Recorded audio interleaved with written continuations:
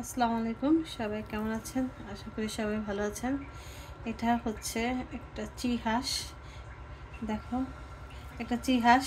এটা চামড়া সহ বাজার থেকে কিনে ড্রেসিং করে আবার বাসায় এনে পরিষ্কার করে পোড়ায়ে সুন্দর মতো এটা কুটে ধুয়ে রেডি করে নিচ্ছি। একটা চিহাঁস। এটা খুব সুন্দর ছিল হাঁসটা, অনেক বড়। গোশগুলো দেখলেই বোঝা যায় খুব সুন্দর। এই শীতে হাঁসের গোশ খেতে খুব মজা লাগে, এর জন্য আমি একটা নিয়ে আসলাম। এটা এখন রান্না করব। রান্নাটা আপনাদের সাথে শেয়ার করবো। এগুলো হচ্ছে খুব সুন্দর। চামড়াটা এত মোটা, দেখেন, না দেখালে বুঝবেন না।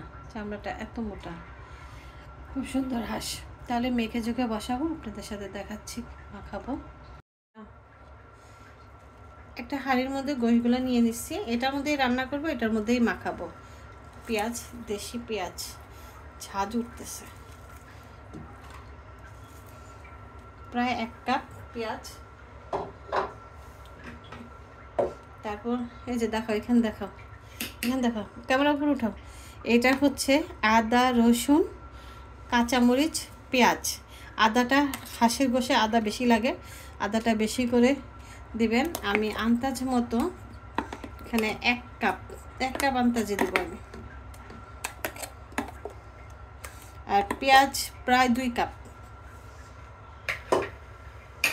1 কাপ আন্দাজে দিলাম। তারপর দিব, এটা হচ্ছে জিরা ফাঁকি 1 চামচ। আর একটু দিব, প্রায় 1.5 চামচ। তারপর এখানে হচ্ছে ধনিয়ার গুঁড়া 1 চামচ, এই চামচের। দেখা যাচ্ছে ক্যামেরাটা একটু। আর এখানে দেখো, উপরে ওঠা ক্যামেরা। এটা হচ্ছে দারচিনি, এলাচি আর হচ্ছে গোলমরিচ ফাঁকি করে দিচ্ছি। এটাও আমি দিয়ে দিচ্ছি 1 চামচ। এটা আমি পুরোটাই দিব, পুরোটাই দিয়ে দিই, প্রায় 2 চামচ। তারপরে হচ্ছে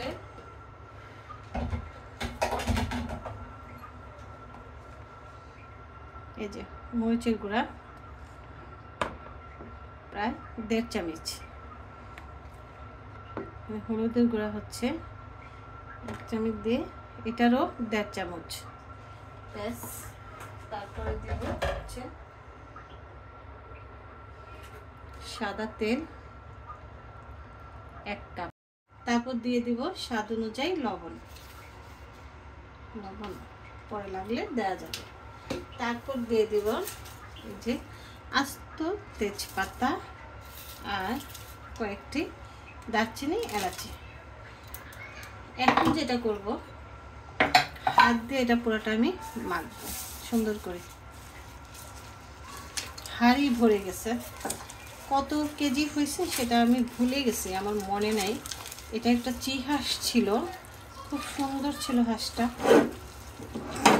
চুলার উপরেই মাখতেছি, মেখে এটার মধ্যে বসাই দেব।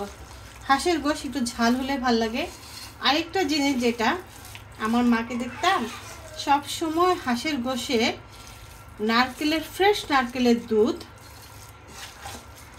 করে দিত, চিপড়ায়ে, গরম পানি দিয়ে চিপড়ায়ে তারপরে ওটা দুধ করে পরে দিত। খুব সুন্দর খেতে ভালো লাগে। আমি কিন্তু এটার মধ্যে কাঁচামরিচ বাটাও দিছি, এটা যার যার ইচ্ছা। আমি কাঁচামরিচ, আদা, রসুন একসাথে, পেঁয়াজ, কাঁচামরিচ একসাথে ব্লেন্ডার করে দিয়েছি। চেষ্টা করে যখন হাঁসটা রান্না করবেন এভাবে আমি যা যা দিলাম দিয়ে রান্না করতে।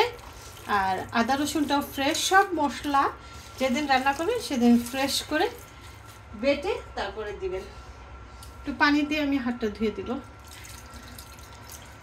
অল্প সামান্য পানি দিলাম। আপনাদের কাছে একটা অনুরোধ, আমার চ্যানেলটি সাবস্ক্রাইব করবেন, লাইক, কমেন্ট, শেয়ার করবেন, ভুলবেন না, পাশে থাকবেন প্লিজ। আপনাদের কাছে রিকোয়েস্ট থাকলো, অবশ্যই আপনারা আমার সাথে থাকবেন। আমি চুলাটা ধরিয়ে দিলাম, ঢাকনাটা দিয়ে ঢেকে দিলাম। ধোঁয়া উঠতেছে, একটু নেড়ে দিব। এই অবস্থা দেখি।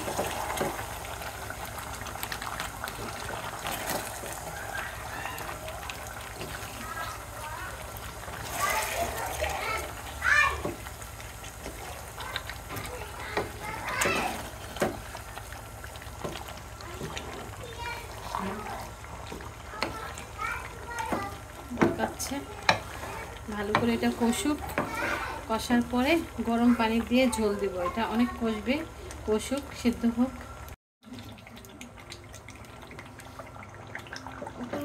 আরো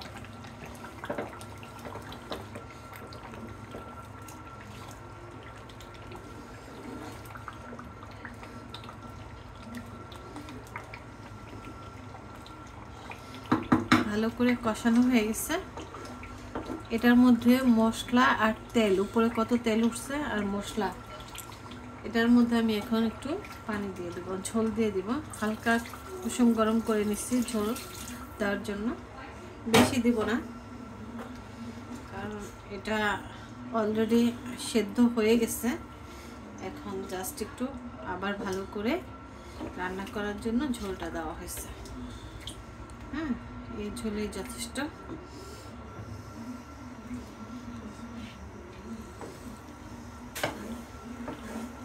ভালো করে প্রায় 1 ঘন্টা আমি এটাকে ভালো করে কষাইছি। কষায়ে তারপরে এখন হালকা কুসুম গরম পানি করে ঝোল দিয়ে দিলাম। এখন থেকে দিব, আর কিছুক্ষণ হলে আমার এটা রান্না শেষ।